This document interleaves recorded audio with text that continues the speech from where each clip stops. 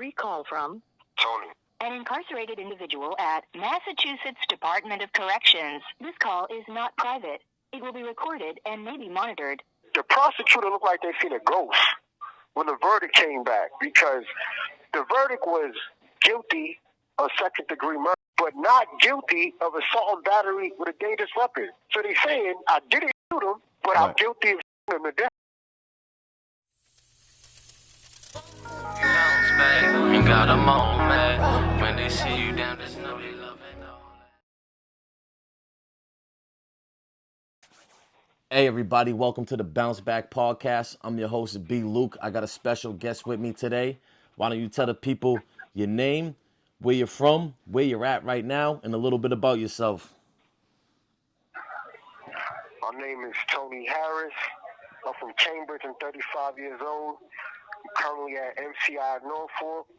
I'm incarcerated for second-degree murder, serving 25 to life. I've been down for a little bit more than 7 years. I was over-prosecuted, overcharged. And even though I got proof that the police withheld reports from my grand jury and fabricated the reports they gave to the DA's office, the police, the prosecutor, and the streets knew I was attacked, and the Commonwealth proceeded with a premeditated murder theory without one witness saying I initiated the altercation. It is a tragedy that a young man lost his life, but it is also a tragedy that the government was allowed to manufacture a self-defense case into a murder case and give me the maximum sentence because they knew who I was in the streets and because I couldn't afford a $100,000 lawyer. And just for the people that don't know, like, what is the importance of having like a paid lawyer versus these court-appointed lawyers, bro? It gets real tricky because when you're dealing with a court-appointed attorney, these people go to schools and the same gatherings and the same events, and they're in the same circles as the prosecutors and the judges. So think about it like this. If you and your friend from your neighborhood, had an issue with somebody, and that person asked your friend for help, wouldn't your friend help you and not that stranger that came and asked him for assistance? So we're dealing with that type of injustice. And so the thing is, when you're dealing with a court-appointed attorney, they go to the same schools, and they're in the same circles as the prosecutors. So think about it as if you had a friend from your neighborhood and somebody asked them for assistance, to get at you. Right. Obviously, your friend's going to take your side. So that's the type of obstacles that we're approaching when you're going to court with a court-appointed lawyer, and even sometimes with a paid lawyer, because, depending on how bad the government wants you, they still might sell you out. So there's a lot of obstacles when you're dealing with this court system. Absolutely. And I feel like even if like all intentions are pure and there's no, co-conspiring going on, just sometimes just the caseload, the workload of a court-appointed lawyer, they got, so many cases that it's tough to give each case the individual attention it probably deserves, or needs. Yeah, that's huge because, I don't want to paint every lawyer as an evil lawyer or somebody that's corrupt, because that's not the truth and that's not the case. But there is also instances where a court-appointed lawyer may have a very, very heavy caseload, and you have a very complex case with complex issues. So they only have enough time allotted to them to handle a certain amount of those complex issues. So a lot of things are not even getting properly looked at and properly investigated before your trial. Let's talk a little bit about what you're doing right now and everything you're trying to do with moving forward with trying to reach out to the youth, trying to reach out to legislators, trying to get laws passed and bills written and all of that stuff, bro. I've been studying for the law for 13 years and practicing the law for over 10 years. I don't have a degree, but I have accomplishments. I freed myself twice and many others awaiting trial at Middlesex and Essex County Jail. I started BRODI, BIPOC's Right Organization Dismantling Inequities, because my personal experiences with structural racism coupled with the knowledge of how the country's chattel slave system morphed into mass incarceration over the years. Now, I won't ever claim I was a saint or I know I was definitely living wrong and perpetuating a destructive culture, but I also never received a fair trial. My constitutional rights was violated every case I ever caught. You know, my lawyer told me if it was up to the law, I would have got out. But because of the politics behind my case, my motion will most likely get denied, and it did, despite the blatant obstructions of justice and the police misconduct.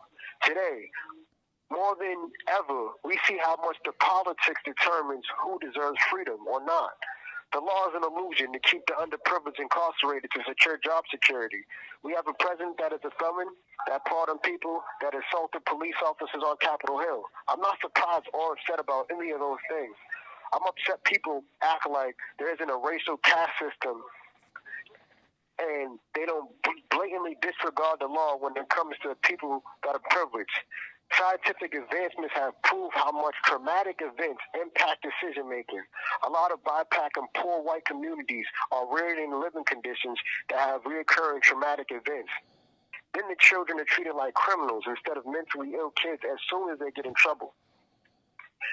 Being put in oppressive conditions like juvenile detention centers, DSS, etc., which obviously exacerbate the damage caused by the past trauma. I created BRODI not to only promote effective legislation that can lead to restoration, that counters the oppressive and destructive systems in place that cause more violent behaviors, but also to offer a service that can help those severely impacted by the traumatic experiences. I have a very complicated situation. There was a lot of police misconduct in my issue that my lawyers knew about and said because of the politics around my issue, it didn't really matter that the law was in my favor. So right now, I'm currently trying to figure a way to get out of these circumstances that I'm in right now. Absolutely. And just what do you mean by the politics behind your case? All right, so as we see now more than ever, you see Donald Trump pardoning 1,500 people. You see Joe Biden pardoning his son. And just that's an extreme example how politics play in the criminal legal system. So on the other hand, you know, when you're wanted by the police and the police say that you're an impact player, in other words, you know, somebody that is impacting the city in a negative way, and they want you off the streets, no matter what the law says, they find ways to obstruct justice and keep you in the system. But I'd like to talk to you about what you're doing with BRODI, bro. So talk a little bit about what the acronym stands for and what it's about, what the mission is with that. Okay, so BRODI is a BIPOC rights organization dismantling inequities. We also like to call it brilliant, righteous, organized, devoted individuals. But I started BRODI due to my own personal experiences helping people with the law and being taken advantage of by the system.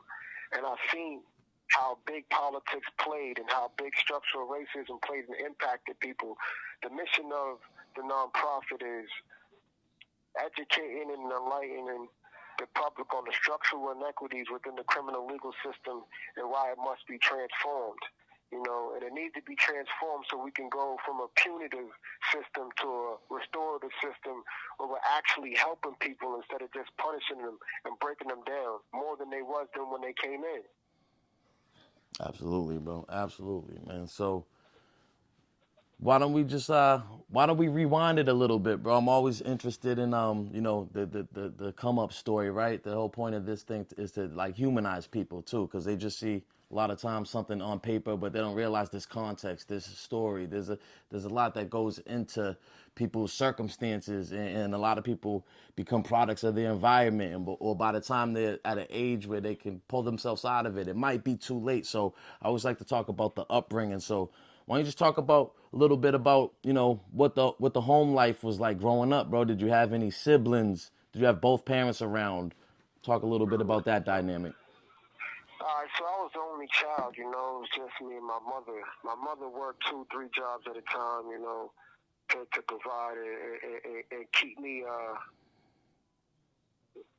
not only just, you know, fed and clothed, but, you know, to look nice. My mother was a fashionista, you know, so I was 3 years old with 8-ball jackets, you know. Yeah.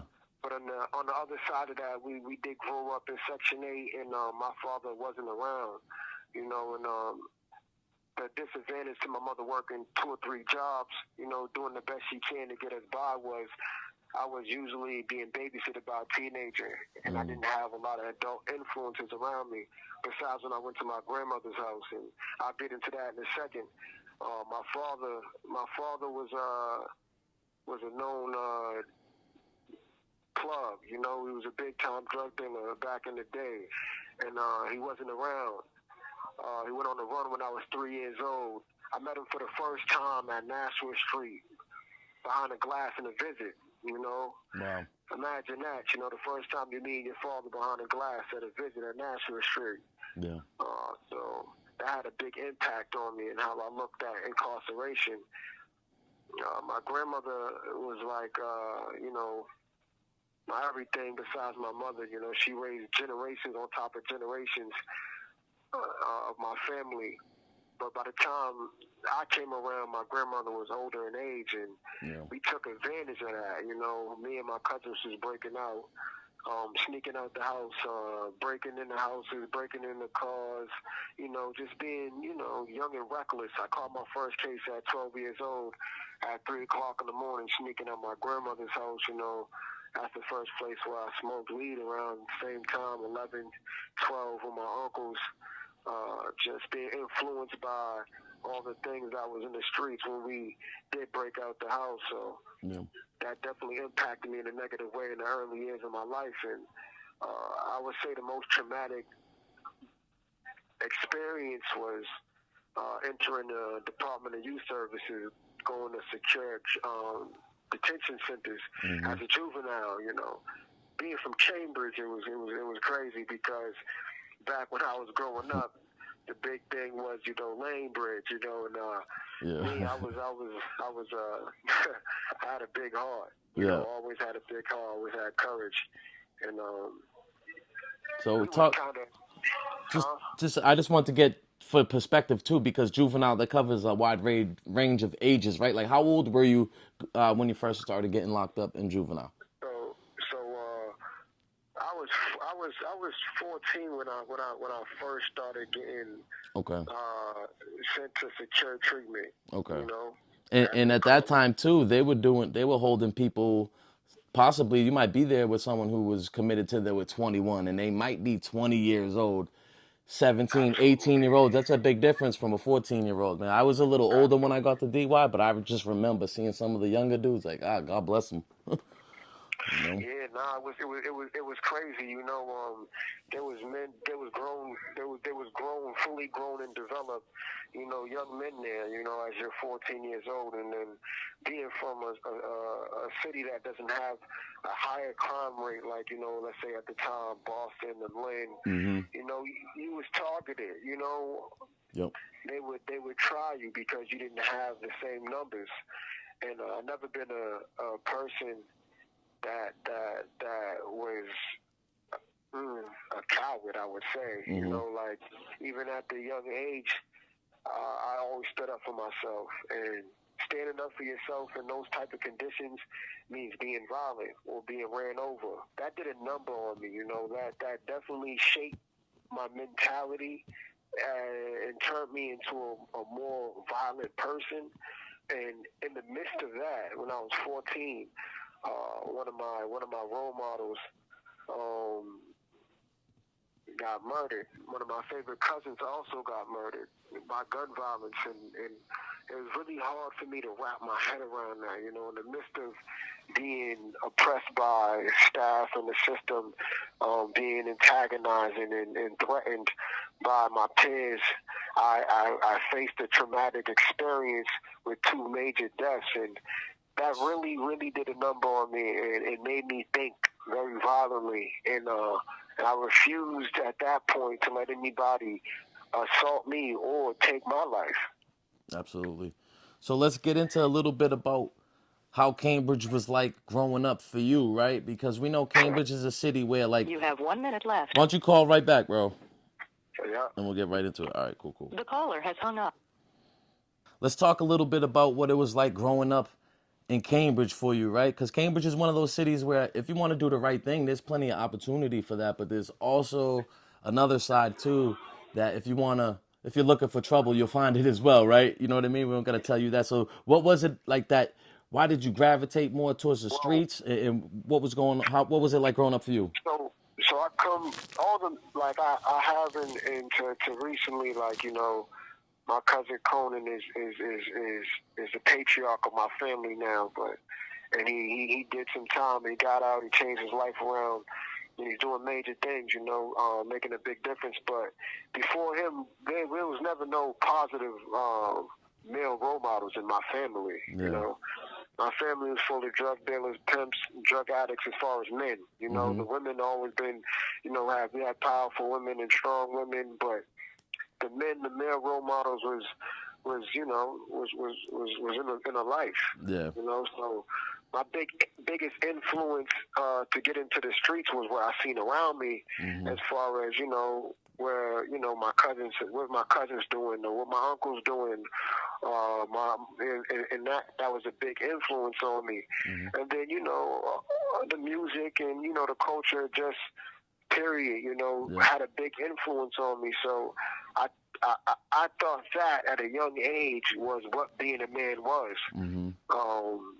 I thought it was being in the street. I thought it was being a gangster. I thought it was, you know, getting your money, however you got your money. Like, those are thoughts that I was formed. And my mom was super strict, so she didn't let me listen to rap with swears in it or watch radar movies. I think I caught a case before I was able to just freely listen to that stuff, you know. Crazy. But those type of restrictions just made me a little bit thirsty for the life when I got a taste, you know. So Absolutely. I was so restricted in one place, but then when I was going to my grandmother's house and I was with my cousin, we were able to take advantage of her age and sneak out. And I got a taste of that life. I got drunk with that, you know. And you know, it was really just like my family. The men in my family, the people that I was around, those influences really made me get into the streets. And Cambridge is a tricky place because, you know, there is opportunity, but you get ostracized quick by, you know, schools, the city, people, when you get in trouble. Yeah. And opportunities disappear quick when you're living a street life. And it's more like, you know, my neighborhood where I was up, it was a get money block. It was more about getting money, not violence, but there was always that emphasis on, if you cross certain lines, it had to be handled. You know, it had to be handled with violence. And, you know, it wasn't like a Boston where there was beef on street to street, and it wasn't as severe with the gang violence. But there was the level of seriousness in the streets where certain things happened. You know, something was going to happen to you. And everybody knew that. Absolutely. So having family members in the streets and living that life, right? Was incarceration also something that you saw growing up? Like your uncles disappearing for a year or two, or? So my role model growing up, like I said, was my cousin, and I used to ride on his handlebars. I used to be at his house. I used to be with him all the time. And when I was around 9 years old, he got sentenced to 10 years in prison, and that really impacted me in a negative way. And my dad, like I said, I met my dad behind the glass. So being incarcerated didn't seem like something that was abnormal, you know, or when I was growing up. Like, it was something that was rationalized because, like, my cousins too. My cousins did time, you know. I got another cousin, you know, that's locked up right now. Buddha, I used to look up to him too, and he was just a wild boy, you know. So just the people that I looked up to was all getting incarcerated. So for me at that time, I didn't look at it like it was inhumane or this is wrong or this was that. I thought that was just what it was. Yeah. It desensitizes you to it, and it normalizes it, like you said, as well too. Because then when you see even certain people you might see come home and you're like, if he could do time, I could do time. You know what I mean? He's a chump, or not a chump, but like, You know what I mean? Like, culture it's too. crazy. Not only the culture that's promoted on TV, and the response from people when they come home was like it was a badge of honor. Right. Like, oh, he just did some time, or he wrapped up, or like you got stripes for doing time. You was considered a man for being destructive and making it through a destructive system. So it's just the warped mentality, the twisted mind frame that you have growing up, when you adopt certain values in the streets, that makes you normalize all of these things that is definitely not normal. Yep, absolutely. And even movies like Goodfellas, right? When he comes home from his first bid, hey, you popped your cherry, you know what I mean? And all that crazy stuff. They're all congratulating him. And then, you realize in real life it ain't really like that. You'd be lucky if you got a couple people that look out, give you a couple bucks for some new clothes or something, you know what I mean? Like, where was my party at? You know? Yeah, for real. It's It's sick, crazy. So it's like it's definitely the culture, it's the misrepresentation of what it is, and then there's so much people that's out there. Like if you're in the streets, it's a predatorial environment, For So sure. you have older dudes that take advantage of the fact of your ignorance and put you in positions so they can capitalize financially, and Absolutely. like, oh, you're young, it won't affect you, but it affects you in the long run because you get programmed, you get institutionalized to normalize the things that you're doing. Right. So yeah, man, it gets deep. It gets deep. Yeah, absolutely. Once you get introduced to the system, it's like quicksand, man. It's tough. It's tough to get out, bro. And It's tough to get out, but it's deeper because the system, the way that these institutions are set up, it's not only tough to get out, they're designed to break down your higher faculties. So Yeah. you become dependent. You become violent. Yep. You become more accustomed to these traits that keep you in the revolving door of recidivism. So it's like you're not only dealing with it in the streets, but you're getting put in institutions that aren't really rehabilitating you. They're punishing you, and they're preparing you to do longer stints in prison. Absolutely. So, talk to me a little bit about how you were as a student growing up. How did you take to the work itself, and a little bit about the maybe behavioral issues, if any? Yeah, so the behavior issues, I was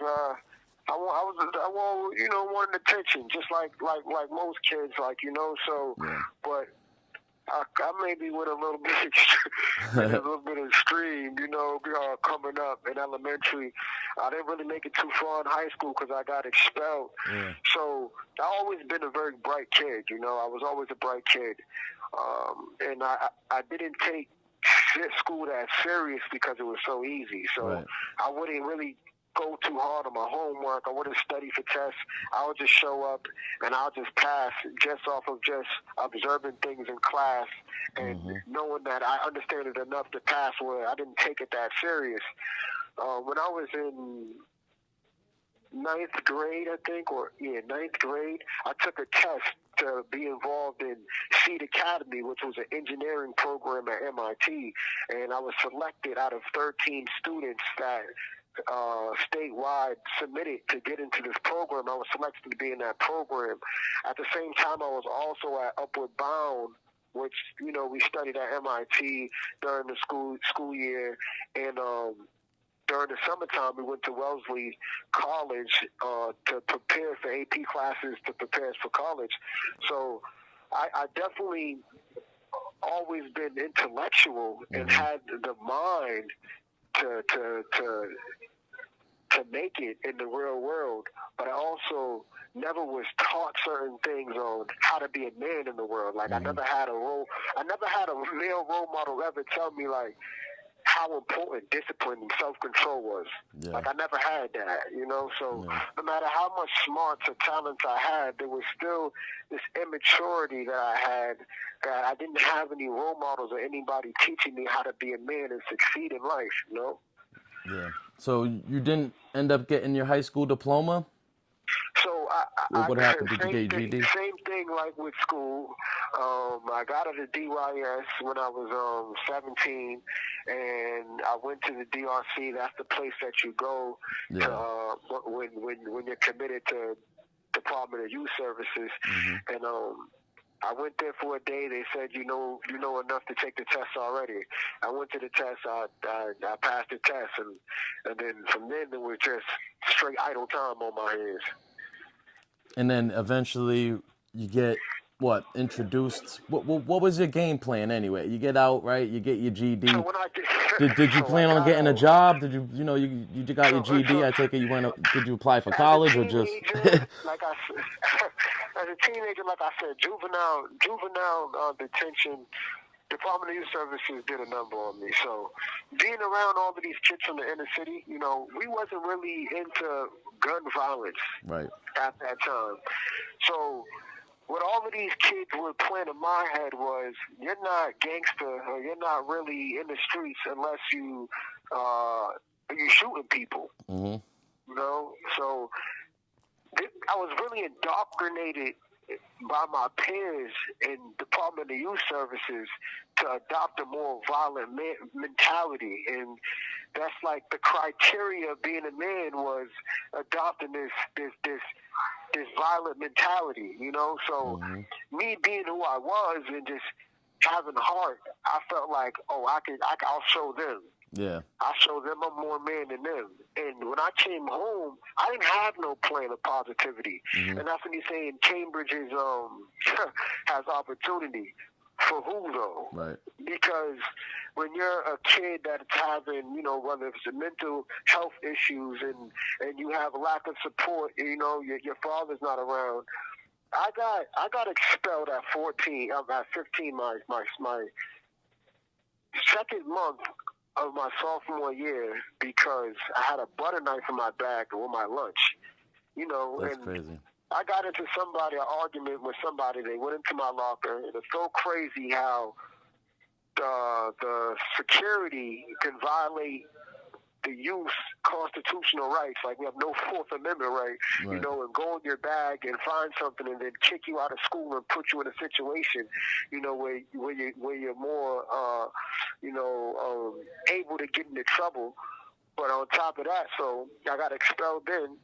Then, I went to the extension program, and something happened outside of the school that led security to come and search me at the school, and they found my tools that I had from the MIT engineering program, and they expelled me for having the box cutter that I had from my engineering program. That's after, crazy. After that, I went to DYS. I was committed, and I was in a program, and we were doing conversations with, I think it was the alternative school out of Longfellow. They turned Longfellow to the alternative school, and they said I can go to that school. So I wrap up my DYS bid. I come home, and I'm at a basketball game, and the youngins is like, yo, we about to move on the basketball team. I'm on my right hand. I'm like, yo, bro, I just got out. We ain't got nothing to do with that. These dudes are crazy. They about to move on the basketball team. That's crazy. And, I'm like, and it was this one up-and-coming kid that was trying to make a name for us. He was a wild boy, Yeah. He knows who he is. He knows who he is, right. And he set it on the basketball team, and it got crazy. Was this a team from like another high school? It was another. I think it was Medford. It was either Medford or Malden. Okay. I think it was Medford. All right. Copy. And they set it on the basketball team. It got crazy out there. And I walked away. I'm like, I just got out. I'm not beefing with you kids that are crazy. Yeah. So I try to go to the school to get to the next meeting. When I go to the next meeting to get back into the school, they tell me I started a fight on the basketball team. Wow. So now that was it for me for school, because I didn't have an IEP. So they wouldn't let me get into any schools. That's why I ended up getting my GED, because of those incidents that I just said prior. Gotcha. So there was no opportunity, really, for me. By the time I got a DYS, I was ostracized, like they didn't want me around anything. I was indefinitely suspended from the team centers. Like, it was really no positive opportunity at that time. That's crazy. So when do you get introduced to the adult system? So a month, like literally like a month. I turned 18, and a month later, after I aged out of the Department of Youth Services, I caught my first adult case. And yeah, it was rough at that point. It was in and out until I ended up doing my first state bid. So I guess talk about what leads to that, like that first state bid. Did you have multiple cases open? Did you have probation you wrapped up? It was like, we was getting money back then, so there was a couple guys that was 17, 18, but heavy hitters getting some paper. So I'll bail out every time I could get bail, I'll bail out. Every 5 bins, and this is back in 2000 and 7, 8, 9, before you can just get it. It was, then I'll get a 10,000, I'll bail out. Every time I get a bail, no matter how much it was, the guys would come get me, until I got held without bail. Yeah. And that's when I had to go up. I had to do a 5-5 in the day, which is 5 years. You can get good time with 2 years probation. And that was my first state sentence. Did you take a plea deal? Did you take it to trial? I took a plea deal. I copped out to everything. I copped out to everything. I took a plea deal. Okay, so talk a little bit about what that first bid was like. What was that experience like? That was when we were in Concord together, playing a little ball and working out here and there, doing our thing. So it was like a DYS reunion to me. Mm-hmm. So it's crazy. It's like I said, they really breed criminals. So you go to Department of Youth Services, and it's like they're nurturing you to go to the adult system. So when I got there, it was a reunion. Everybody that I seen in Canterbury Street, Rosendale, Harvard Street, MDU, they was all up there. Yep. Oh, it's good, bro. Yeah, crazy. But the other aspect of it was you also had OGs, older dudes there that was serious. Mm-hmm. So the level of it wasn't as reckless as it was in Department of Youth Services, but the level of seriousness was up because you had grown men that had life bids that wasn't coming home, that was known for certain things. So it was kind of crazy. The first place I went to the West in the East building in Concord. Yep. And that was like, because I only had a month to do on my first year in a day. I wrapped up and I was waiting to get the 5-5 in a day. Mm. And it's just all old timers really over there. So you're just dealing with a level of seriousness, and when I mean seriousness, I'm talking about the threat of real violence, Yeah. On a daily basis at 20 years old, where it's just conditioning you more and more to be, a violent person. Right. Like the system isn't providing opportunities really for you to grow in a lot of prisons. It's putting you in positions where you feel like in order to survive, I gotta be X, Y, and Z. I gotta be this way. I gotta, So that was just another step up on my criminal thinking. Yeah. So how long do you stay in Concord? Do you do your whole bid in Concord? I did my whole bid in Concord. You have 1 minute left. All right. Just call right back. Yeah. All right, cool. The caller has... You do your first state bid in Concord, right? So you start getting close to release time, right? Do you start developing a plan within the last year, 6 months? What is that plan? Did you not have a plan? So Concord, despite it being prison, I got asked by a guy, do I love myself in Concord? And I said yes off the rip. And then he said, nah. He gave me 5 different, I think it was, do you love where you're at? Mentally, physically, spiritually, intellectually, and emotionally. And then when I thought about it, I reflected on it and I said, well, no.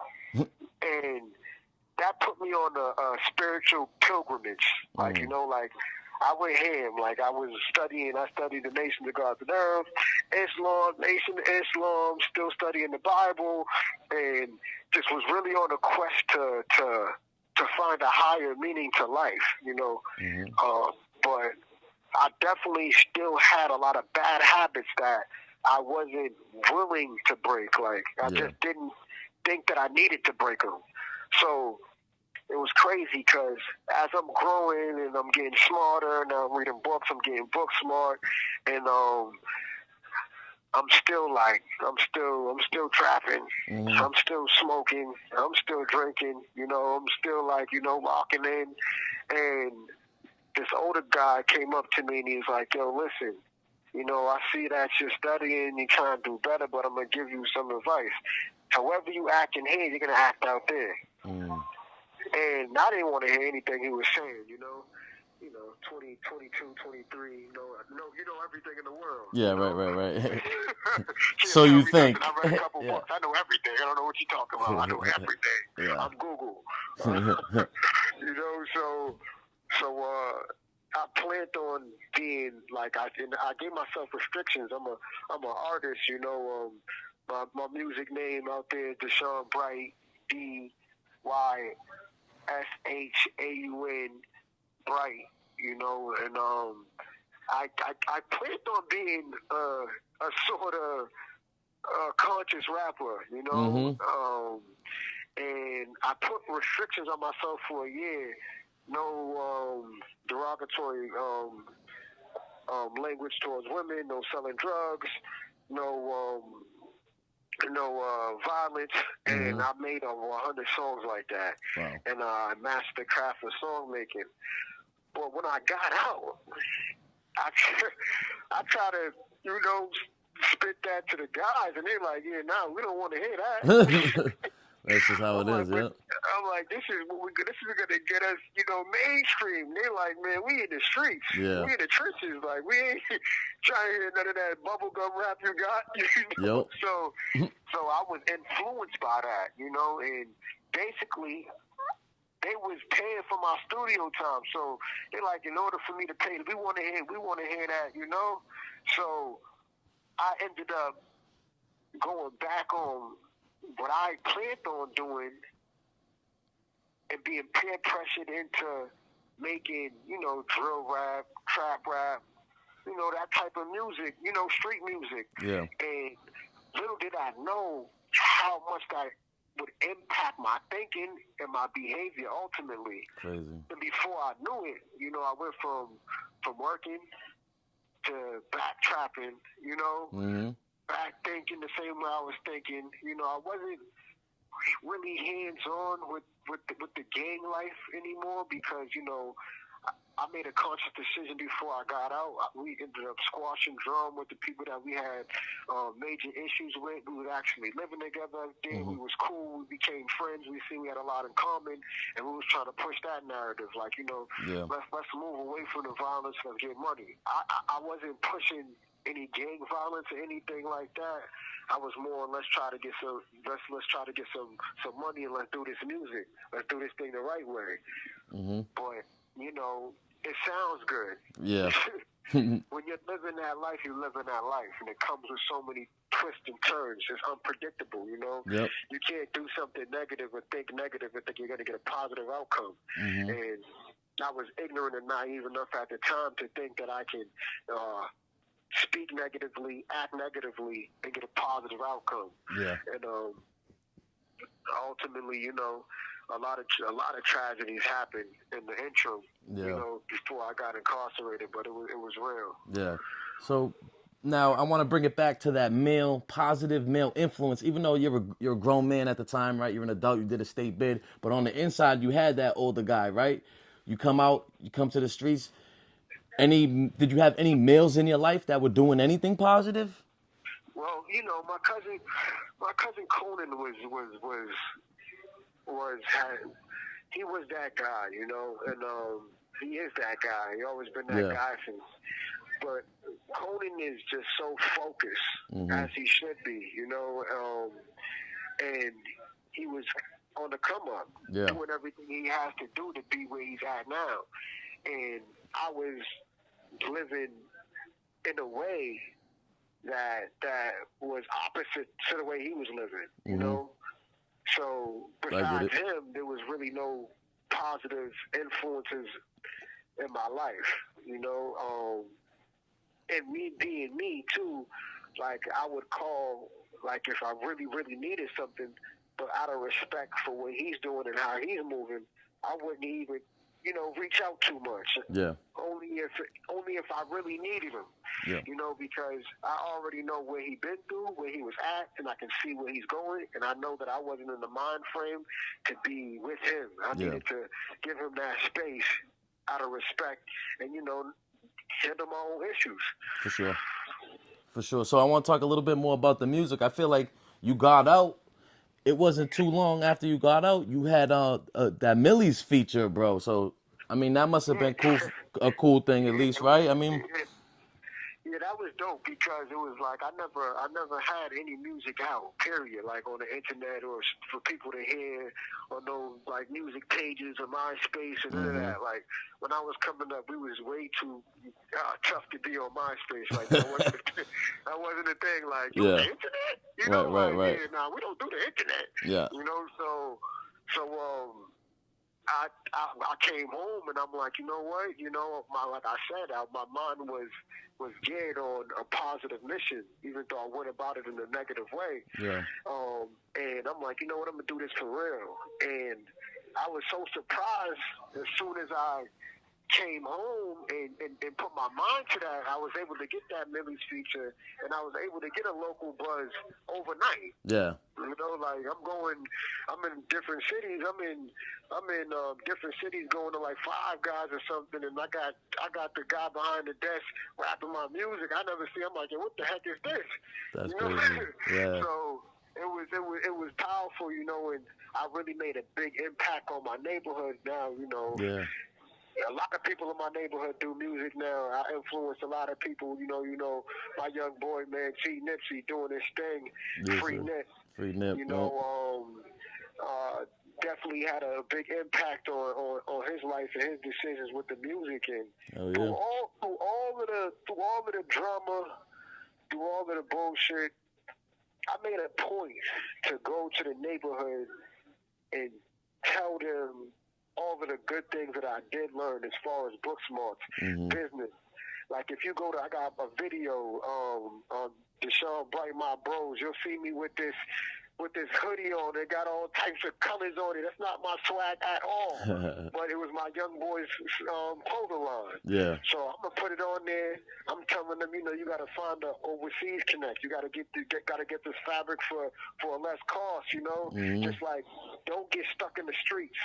You know, you get an idea, put your mind to it, strategize, plan, execute, and get out of this. Don't be stuck in this. So even through all of my turmoil, I was always trying to drop a jewel and lift up the youth. Absolutely. Yeah, we had a good time too. You had me in the Right Now video, bro. That was a good time, man. I had to, it was crazy, man, you know. No, it was a good time though, man. It was a good time. Man, But that must have been dope to get, you know, shout out to Millie's for even doing that. The thing I love him, like right now, like I haven't called him for a little bit, you know. But when I was going to trial, you know, a lot of things happened in my case. All the witnesses didn't show up. Like everybody thought I was coming home, you know. Yeah. So I could call him no matter what. He can be about to go to the UK, and he'll pick up, give you 20 minutes, you know, kick it with you, vibe with you, you know. So it's just like, and that's just not me. That's everybody in the city that's official. Like he pick up that phone call, show you that love, you know. And if you want to come up, you know, and you official and you ain't, you know, backbiting, he'll show you that love, give you that opportunity. He was flying the whole hood out to Cali. I know. You know, all my youngins was out there. Like, you know, he definitely, like, I was impressed, man. I didn't see that coming, but when he got on and started to elevate, he was really putting people in positions. Those that showed the loyalty and the respect for the game. If you didn't show the respect for the game and you want to backbite and be a snake, you know, you got left. Absolutely. But those that was showing respect for the game and that they had that loyalty, he was giving them opportunity. And I gotta respect that. Yeah, and it's such an inspiration too to see somebody that, you know what I mean, that you knew before fame and all of that stuff and before the super big bag, and see that the work, like, that's one thing you can't take away from him. The dude been working, you know what I mean, and he hardly ever stopped, man. So that's just inspirational to say, like, yo, if you do work hard, if you do put in the time, you do put in the hours, you don't, you know what I mean, anybody can do it. You know what I mean? I think sometimes we see these people, they're already celebrities, so we didn't see the grind of how they got there. We just, it's almost like they're faked, at least for me, you know what I mean? It's like they're not real people. But seeing an actual real person work hard and actually get there, it's like, oh, maybe it's not as, you know, difficult as we think. Maybe you just got to work hard and show up every day, and, but you know what I mean, it really dedicate yourself and find the passion, bro. So super And inspirational. I remember when Mills and because Buddha, that's one of my that's one of Millie's good friends. Yeah. You know, and I remember when they was in the trenches. You know, Oh. so it's like, Yep, you know, free Buddha. like I remember when they was in the trenches. You know, and it was like he was rapping back then. Yeah. Like, you know, it was like, Facts. yeah, they was in the streets, but he was rapping back then. Everybody knew, you know, he was rapping. Yeah, facts. Like, so just to see that consistency and that discipline and that dedication pay off is just like, okay, like, you got to salute that. Yeah, for sure. So you had just mentioned about, you know, witnesses not showing up for the trial and all of that, right? So I guess let's talk about that, right? Let's talk about the trial, right? Not, you know, no specifics or anything. I just more want to get in your head a little bit, right? What's like the discussion with your lawyer beforehand, like confidence level, right? You don't gotta get into details, but like, So it was so crazy, right? So what happened was police had a report. You know, this is public information. The police had a report that I got attacked that night. You know, I don't want to get into details because there's multiple parties that was allegedly involved. You know, so that I got attacked that night. There's a police report that I got attacked. They withheld that police report. wow, that's from the grand jury, exculpatory. and then fabricated their police reports that they submitted to the prosecutor's office, and went forward with a whole different theory than what they knew happened. You know. Yep. So now the kid that gave them this whole story that everybody was sleeping in the car and I pulled up and all of this crazy stuff, this nonsense, this fabricated story that they coerced this kid to say, when it came to trial, he didn't want to tell no more. You know, so he recanted, he refused to testify, and he's the one that gave all the details of what allegedly and supposedly they happened, this fabricated story. Then the other kid that was there, he said in the grand jury, I'm not going to testify because you guys try to get me to say a story that wasn't what happened. You're trying to get me to say your version of the story. That didn't happen, so I'm not testifying. Wow. And this is on the record. Wow. So now trial comes. The other kid never was testifying. He never said nothing. It was so crazy. I never seen no shit like this in my life. The kid came to the court and blew a puffball in the judge's face. Wow. I'm sitting there. I'm like, whoa. I'm like, yeah, he's on one. I'm like, yeah, I know he didn't just do that. Then he did it again. I said, oh, yeah, he's serious.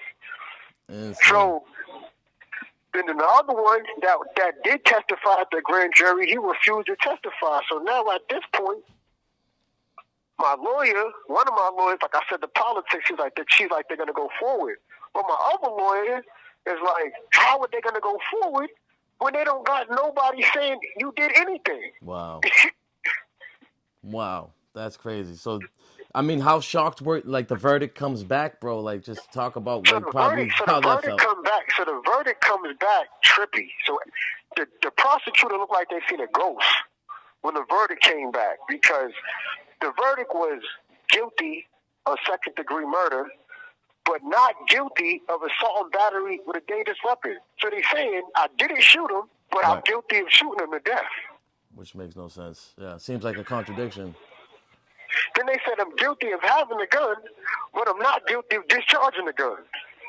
Damn. So this is the same evidence.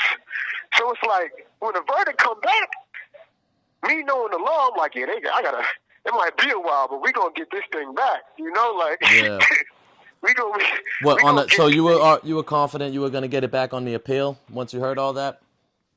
I was confident I was gonna get it on the appeal for the fact that they fabricated the evidence before trial. I mean, it still But must have been quite a blow, though, too, man. That's a tough thing to take in to get a sentence like that, bro. what is it tough? It was devastating. I got a little man out there. My mom's getting older. She ain't getting no younger. Like that broke my heart. Like like I was in tears. Like and it wasn't even for me. I was in tears because I'm not going to be there to be a father for my son, and that was one of my worst nightmares. Like my pops wasn't there for me in my adolescence and my teens. I definitely wanted to be there for mine. So me not being there for these crucial years in his life after I already missed so much time was devastating. Damn. What's that first phone conversation with like mom after? I take it she was there at trial. I mean, Well, moms really couldn't talk to me for like a year or two. Oh man. For a year, like, so it was like when I first got booked, it was like that. Like we couldn't have any conversation without her breaking down and crying. And then it went back to that after that because tragic event. On the day my verdict came back, my cousin, which I more look at like an aunt, rest in peace to Michelle, she passed on the same day my verdict came back. Damn. And that was my mom's road dog. Yeah. So she was devastated, So, it was crazy, So talking to my mom and my son, that was the hardest conversation because he didn't understand what that meant. Right. Wow. Like, we was confident I was coming home, so him hearing, like, and it ain't nothing you can't. Me and him got the same exact name, so it's nothing he can't Google. Yeah. So it's just like. Yeah, people don't realize you put in a lot of people, when you get locked up, man, everybody else is going through it with you, man. You put, the hardships you put in, families got to go through it. They got to send money. You know what I mean? It's just like as a grown man, you got to try to ask for money. Cause it's just, it's a tough situation to be in for the family, for the innocent people who, would just, that's the one happen to be thing, related. like, yeah, it's just that's the biggest thing, is the impact on the family. Definitely the impact on me too. Like I don't want to. You have 1 minute left. Undermine that. Like Absolutely. I'm a very ambitious person.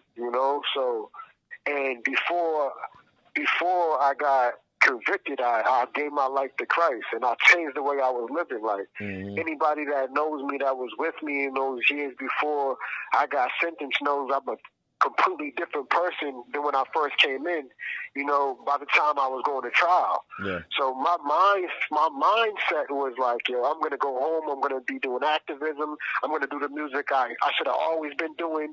I'm going to be giving back. I'm going to be there for my son like I'm supposed to be. I'm going to be traveling the country. Like, I had a completely different mind frame. So having that snatched from me was devastating. All right. Call back. That's a perfect spot to end that thought. Call back. You get sentenced, right? Where's the first stop? Where do you go for classification this time? Is it Walpole? So now it's the max. Okay. So it's crazy because I got this wild ticket from when I was in the max because the max is the max. So I don't care if you live in positive. I don't care what you on. Like I don't know about the next person, but me, I'm not going to be a victim. Right. So being on a positive path, even in the max, it's like you still have to take certain precautions because the COs is on a certain type of time and the population is on a certain type of time. So it really gets dangerous, But I had this ticket that I had from 4 years back that put me at 13 points. So I was supposed to go get classed to maximum security. Yep. But I'm right in Milford, which is the headquarters for classification. I'm on them, and I'm praying, I'm praying.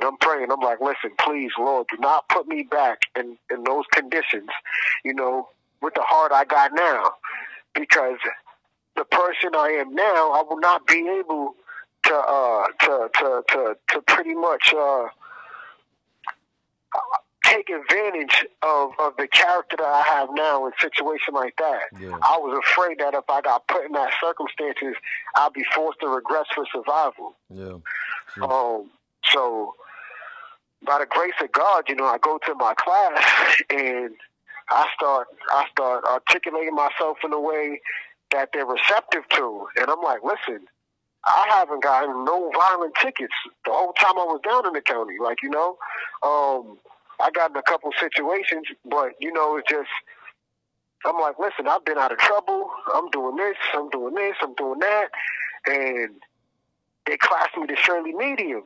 So I'm like, all right, Shirley Medium ain't the best stop, but I don't got to worry about being in the max, having that mentality, us versus them with the officers, and, dealing with all the savagery around you up there. So I'm like, all right, at least, a lot of people don't get modified to a lower security. So that was a blessing, had to thank God for that. Then the day before I'm supposed to leave, I get the papers back. It says Norfolk. I said, oh, hold up. I was like, yeah, God, there's definitely favor. I'm definitely getting favor in the storm right now. God's definitely watching over me.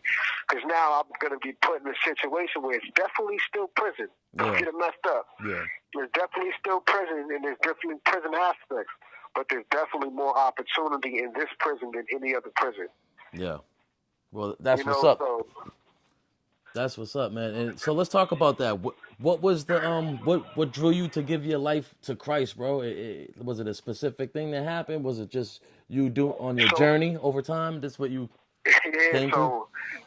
I grew up in a church, and it's so crazy. You wouldn't know that unless you've been up here. But being black and Christian in prison is really like frowned upon by most of the population. Like, you got the 5%ers, you got the Nation of Islam, and it's just like, it's just really taboo to a lot of people, So when I first went upstate, when I told you I started my spiritual pilgrimage in Concord, I studied all these different walks of life and all of these different religions. And when I went back to the county, I went back into the Bible, and it was a real uncanny. It was crazy how I got back in the Bible. I actually wasn't trying to get back in the Bible, but when somebody was leaving, this random guy, he comes up to me, he's like, yo, I got this Bible for you. And I'm just like, okay, this tail was nice, it had gold trim. I'm like, this is a nice Bible, all right, I'll take it. I put it up.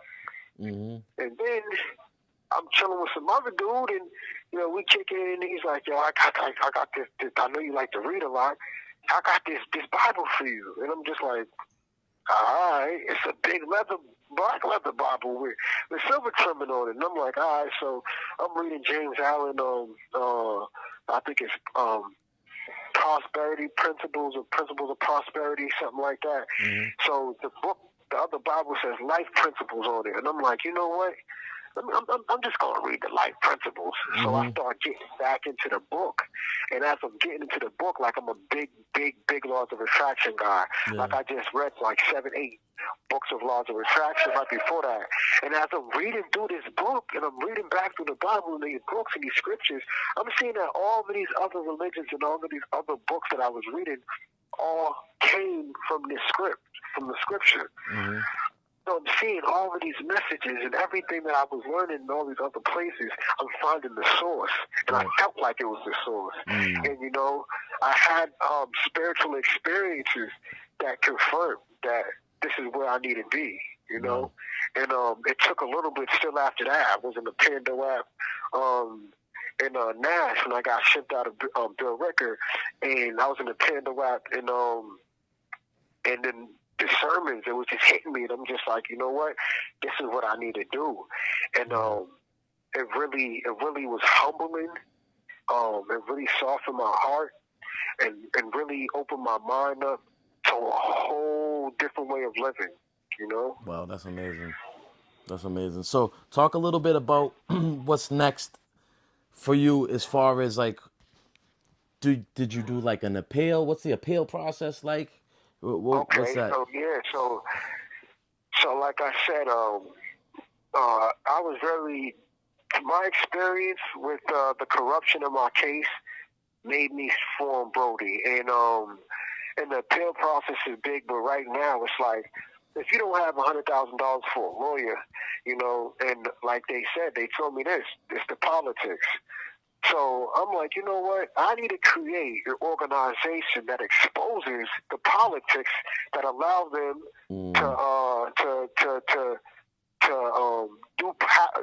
proceed with police misconduct and proceed with corruption. Yeah. And I'm not just going to fight my case, because that's what I always do.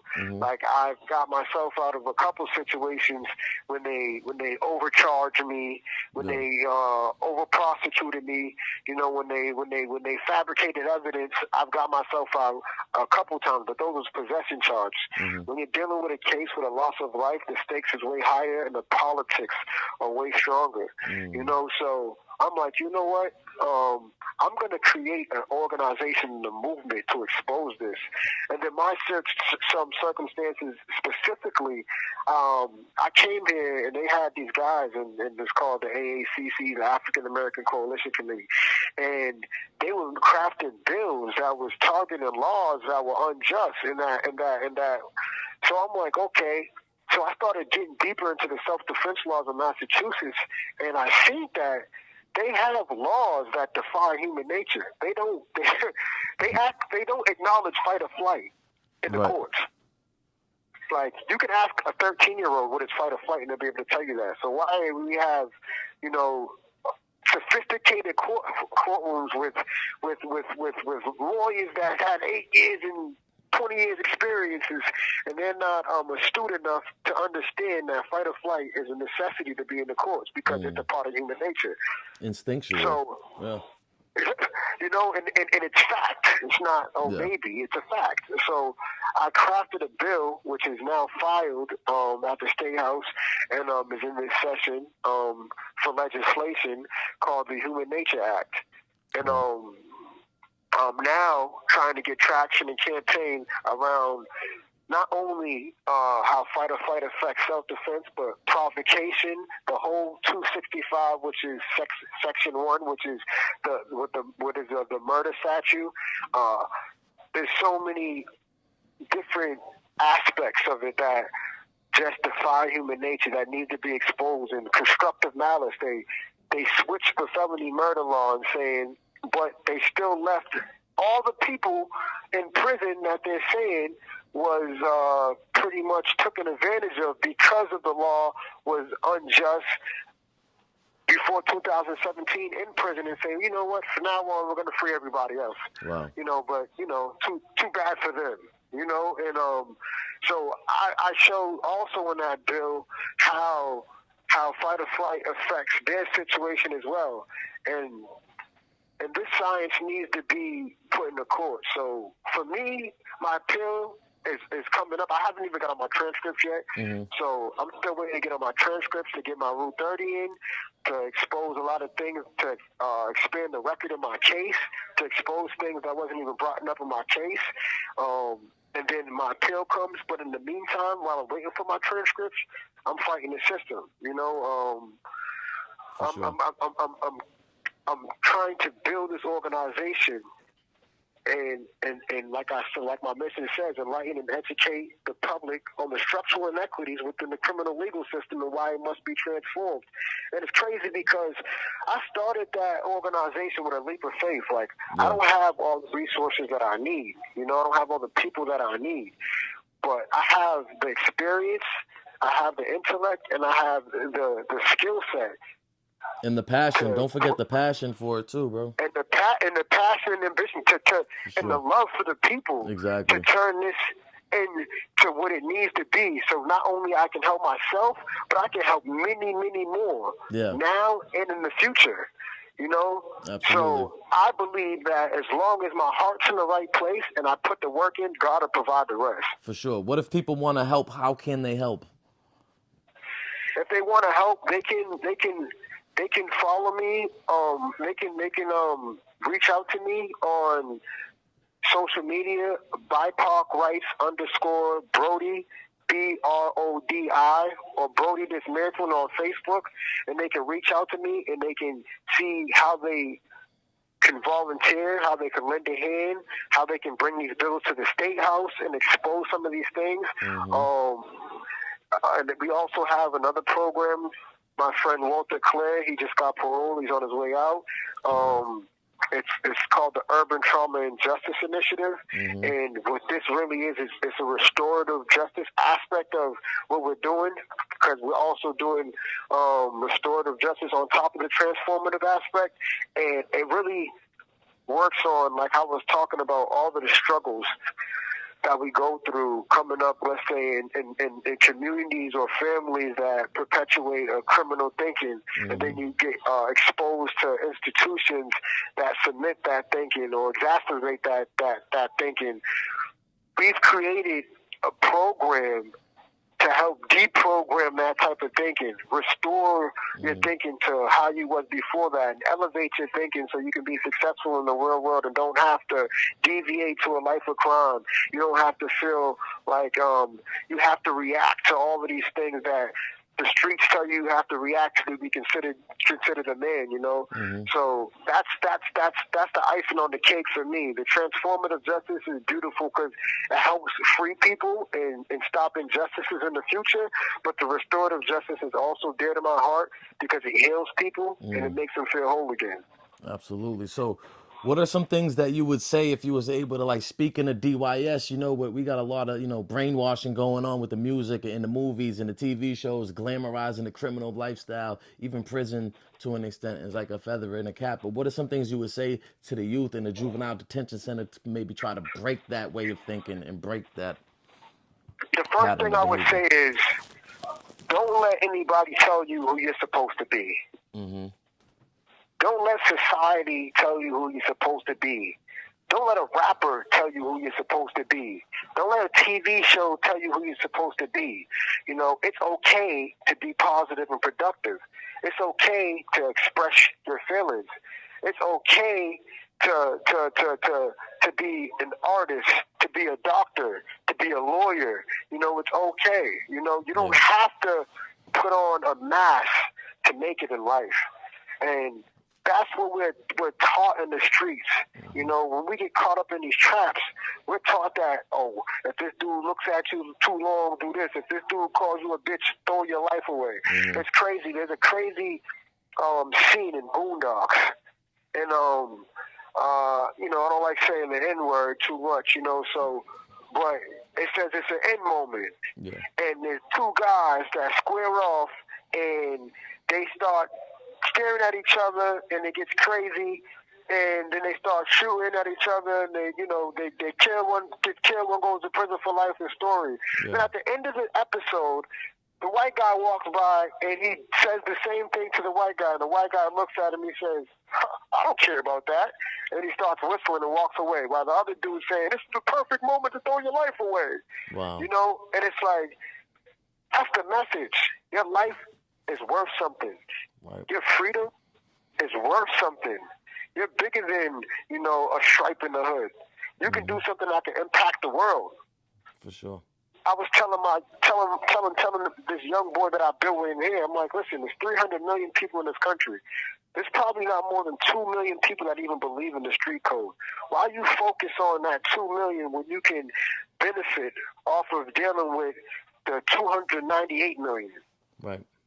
Break out the bubble. You have to break out that box, break those glass ceilings, and understand that we're capable. I said, bro, why is that we're in the hood worrying about making money off of fentanyl in the trap house when Elon Musk is teaching people to go to Silicon Valley and make billions? We can make billions. We have the same genetic makeup. We're all human. We're all men. We're all women. We're all people. We can all do the same things.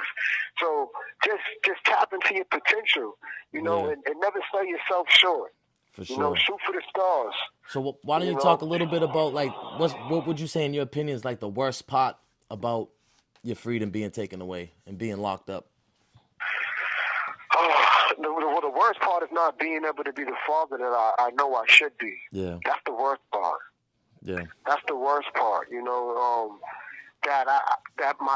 that I have to just be a voice over the phone and I can't lead by example. And that's another reason why I'm so adamant about BRODI. Yeah. Because I can show my son that despite even these circumstances that I can be a good man. Mm-hmm. Yeah. And That's amazing. so that's the biggest thing. And the second thing is being treated like less than a human being. Yeah. Yep. Being told what to do by people that's 10 years younger than me, or people that look at me like I'm a piece of shit or I'm a maggot, but they don't even know who I am. When you're dealing with people that have horrible moral compasses, that don't have any principles, that are destructive still, that are in a mind frame that I was at years ago, that are destructive, that are disrespectful, and haven't evolved to the person I am now, and they can treat me like less than, when I can teach them something about being a good person at this time of my life, Absolutely. So those two things are the harshest situations for me, not being able to be present as a father and then being treated like less than a human being. Okay, so roughly how much time do you have in total, right, for your whole kind of, even I guess counting Juvenile too, how much time do you have in, and I guess talk about during that time some things you've learned about yourself? Well, I have I probably have like 15 years in the system. Yeah. Okay. That's a lot of time to self-reflect, right? Yeah, it's like 15 years in, and like I said earlier, the biggest. So I've always been talented. I always have been smart, and one of the biggest things I've learned is that discipline is the key to success. Strong character, high principles are the key to success. And I've seen it through experience in prison, where I'll be reckless, acting a certain way, and things will all be falling apart. And then I strap my boots up and I do the right thing. Mm-hmm. And then I slip up and I go back to thinking the way I used to think, and then I'm back in a situation again. Yeah. So it's just like I've learned through experience that it's easier. It's easier to win being positive, but it's harder to be positive than it is with the negative because it takes discipline. But Yeah, for sure. as a man, I'm responsible for my actions. I'm responsible for my behavior. So I got to strap my boots up. I got to make the sacrifices. I got to have the discipline to have an upstanding character and reach every goal I want to reach the right way. Yeah. So You have 1 minute left. I really learned that more than anything was just I was trying to take shortcuts my whole life when there is no shortcuts to success. Absolutely. You have to stay down for the come up. You have to have the right character and the right mind frame to reach the goals that you want in life. So discipline is the key to success. A strong character is the key to success. Is one of my biggest lessons. From falling and getting back up over and over again. All right, call back one more time, bro. We got this. Yep. Word. The caller has hung up.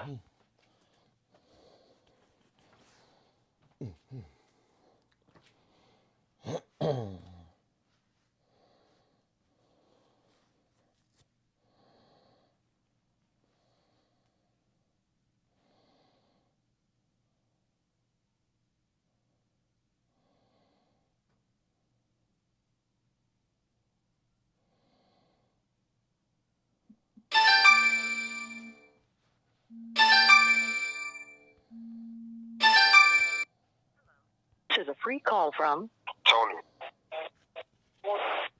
an incarcerated individual at Massachusetts Department of Corrections. This call is not private. It will be recorded and may be monitored. If you believe this should be a private call, please hang up and follow facility instructions to register this number as a private number. To accept this free call, press 1. Thank you for using Securus. You may start the conversation now. Yo. Yep. Okay. Yeah. So, next question. So, say, you talk to a lot of guys in there, young guy in there, first state bid, he's about to get out. What are some advice you would give to him, or maybe some things that you would have done differently? What's some advice you would give to somebody about to get out from doing a state bid?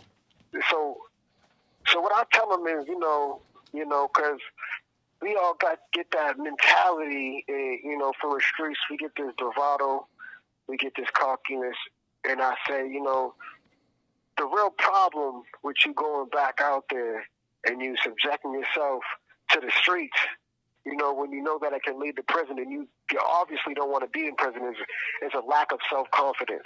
You know, I believe in you, and you need to believe in yourself and have the self-confidence to know that everything you want to get in life, you can get it the right way. You don't have to settle for fast money. You can get money fast after you put in the work and get it the right way, you know? For sure. So you know, they might still want a nice car. Ain't nothing wrong with wanting nice things. For sure. It ain't nothing wrong with having a beautiful woman. Ain't nothing wrong with these things. That's not the problem. It's the problem is how we getting it. Exactly. You know, we have to make the sacrifices and take the right steps to get the things we want in life. So I break it all the way down to them and just let them know there's so many different ways, you know, to skin a cat. For and sure. just, if you stay focused and stay down for the come up, you can get everything you want without having to look over your back and worry about if the police are going to kick down your doors and take it all the way like they've been doing to you. You know, and then I give them examples of people that I know that are out there striving that changed their life around. You know, you're a perfect example. Yeah, a bunch of guys on this podcast too, man. Shout out to Blaze that was up here not too long ago. A bunch of guys that get out, you know, federal, state, and just doing amazing things, and that's what a lot of this is about. But yeah, I appreciate you, bro. Yeah, like Blaze was a hood star. Like everybody, you know, knows that, you know. So even me being from behind here and seeing someone, you know, that was moving the way he was moving, like, rest in peace, Gunner. Like, you know, Gunner used to have me in the mix back then, and I'm like, yo, these dudes is living crazy. Like, they was really, really awesome, you know, some miniature BMF type shit, you know? Like, absolutely. And it's like just to see brothers take that same hustle and mind frame and elevate and figure out a way to make money legit, you know, that's not only admirable, but that's motivation. Yeah. That's inspiration. You inspiring the next generation to say, you know what, if I can do it, you can do it. Absolutely. So why do you think it's important for people like you, like anybody who comes up, why do you think it's important for people to tell their story, to tell these stories specifically? Because you know, an example is everything. Like, there was a time when they thought that you couldn't run a mile in less than 4 minutes. Once you did it, the next year, almost every professional runner ran a mile in under 4 minutes. Seeing is believing, you know? So Absolutely. it's like when you give people the example of change, then they know how to change. You give them the blueprint. That's what we're saying. You got to give them the blueprint. Once you give them the blueprint, then they can figure it out. Yep, absolutely. I always say, you know, I know what I want to do. It's the how. How do we do it? That's you know, sometimes the trick. But you know, like you said, coming up here telling these stories, seeing other people actually do it, it should be inspirational and motivational, man. We trying to prevent people from perhaps making the mistakes and having to learn in prison. You know what I mean? So yeah, I got a treat for you too. Okay. Okay. Yeah, I got a treat for you, man. I got some balls for you. I know. I was gonna get to that. I already know. I'm already hip. So what's the main message that you would want someone to get specifically from your story? Oh, from my story? Listen, this is what I tell these kids, man, when I talk to them. Or even, I can't even call them these young men when I talk to them. You know, you can't see my change, but I know my change, you know? And I was one of the most destructive people that I know. Yeah. You know? I was negative. I was destructive. I didn't care, you know? I was borderline old dog, you know? And it's like, if I can go from being that negative to this positive, then you can do it. Absolutely. Agreed. And people see me in here in this prison now, and they, like, I was just talking to my young boy Derek. AKA Hunter, everybody, that's what they know him as. And, you know, we kick it, and he be laughing at me because he'll say something to me, ask me something like, oh, no, that sounds like jail, brother. I'm not. Right. I'm not moving backwards. I got a plan. I'm going home. I'm not doing anything that led me to prison. I got to go, you know? So it's like, people like that see how I'm living and see that I'm standing on the things that I'm saying, you know, that's an example to be like, dang, yo, Money, yo, he was wild, but he really changed, you know, like, and when I get tested, it's all talk until I get tested and opportunities come, and they're like, dang, he's really standing on everything he's saying. So it's like, and that's what I want you to get from my story is just that you can change, and two, the second part is, you know, don't ever lay down. You know, no matter how hard the circumstances may get, it's you got the choice whether if you want to fight or lay down. Yeah. You got the choice if you want to keep going. You know, so you know, perseverance is key. Perseverance is key. You know, so the change is one thing, and the second thing is, you know, you got to keep fighting no matter what the circumstances are. You know, you got to overcome circumstances. Absolutely. And I guess before we get to the bars, bro, was there anything that you wanted to touch on that maybe we didn't get a chance to, or just some closing words? We covered a lot. Yeah, I know. I'm looking at the time right now. We got like an hour and a half. We did. Yeah, we covered a lot, you know. So if we missed something, I don't know it. All right, just a little bit of maybe some closing words then, and then you could give them the bars, bro. You said what? I don't know if you had any closing words for the audience. Yeah, I just want to say, you know, I appreciate everybody for listening to my story. Whoever took the time to listen, and if you take anything from it, you know, take the fact that, you know, you have the power to change. You have the power to do anything you want in your life, you know? So don't ever let nobody else create your narrative, you know? You create your narrative. You be the author of your future, you know? Absolutely. No matter what. No matter how the circumstances look, you know, be an overcomer. Never say you know, something. I hate saying, how you doing? I'm good due to the circumstances. Nah. Right.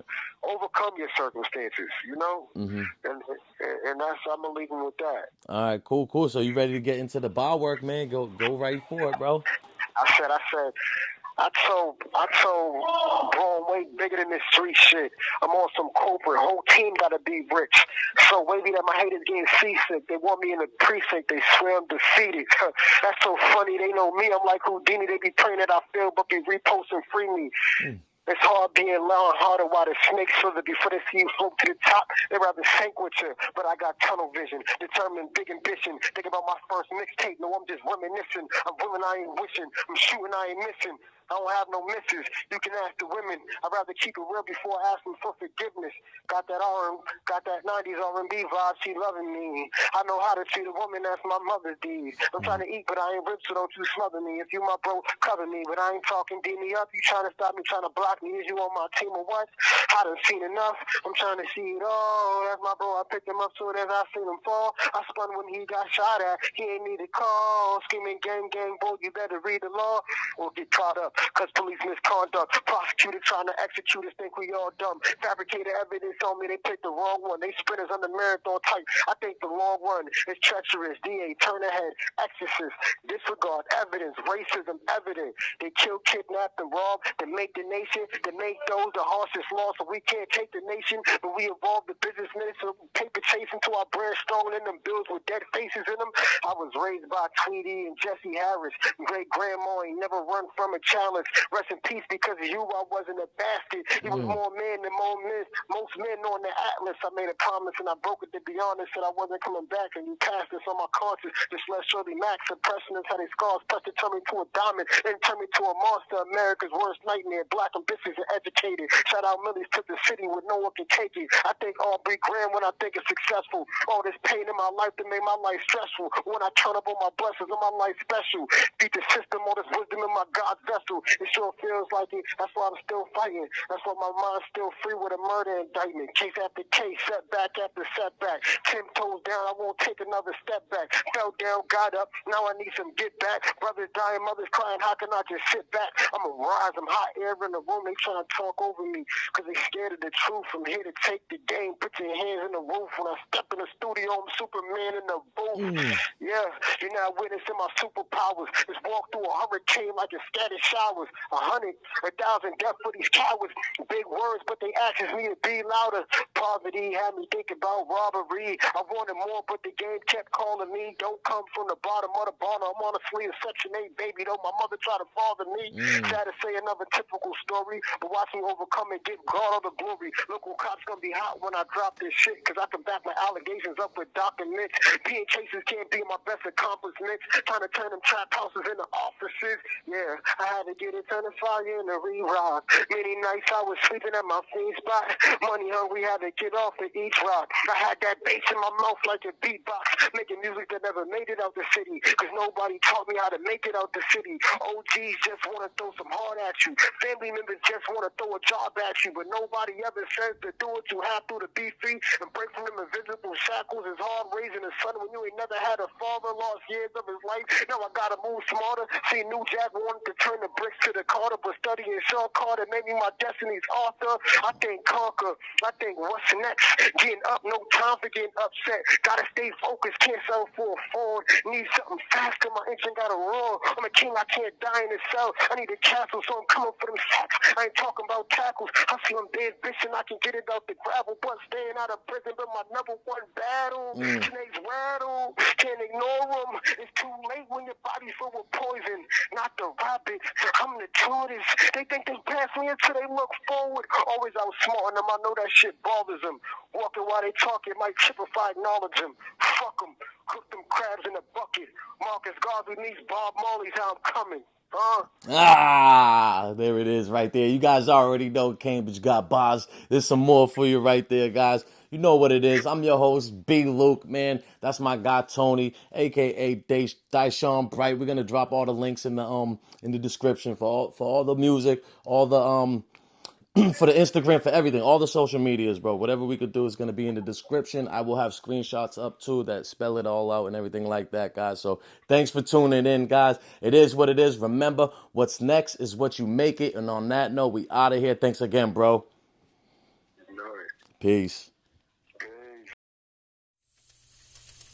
Bounce back, ain't got a moment. When they see you down, just know they love it.